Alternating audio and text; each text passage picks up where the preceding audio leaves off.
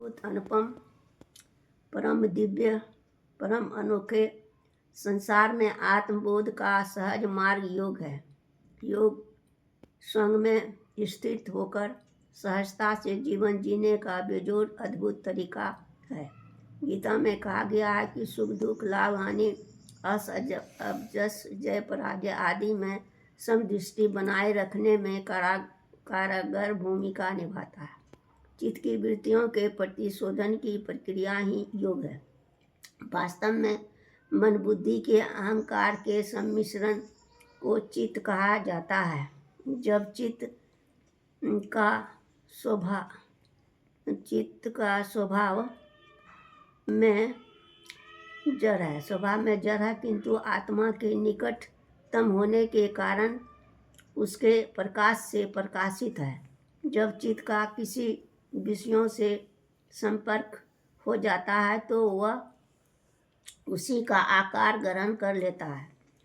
उस स्वरूप परिवर्तन को ही वृत्ति कहा जाता है।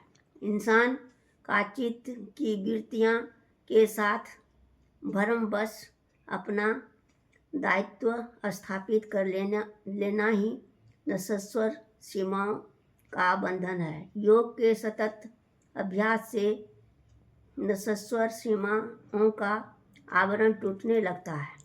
फलस्वरूप चित्त की वृत्तियों का विनाश होने लगता है। आत्मा का स्वाभाविक गुण आनंद स्वरूप है। वह हर पल आनंद के मस्ती में रहना चाहती है, क्योंकि आत्मा का स्वभाव है आनंदित रहना, खुश रहना, प्रसन्न रहना, प्रफुल्लित रहना। लेकिन व्यक्ति मन बुद्धि अहंकार और देह अभिमान के कारण हर पल दुखों को भोगता है। आत्मा से विमुख होकर व्यक्ति अपना अनमोल बहुमूल्य जीवन निरर्थक नश्वर सीमाओं को निर्धारित करने में गुजार देता है। आत्मबोध की अनुभूति परमात्मिक आनंद का गंतव्य है। योग दर्शन में ईश्वर की सत्ता को स्वीकार किया गया है।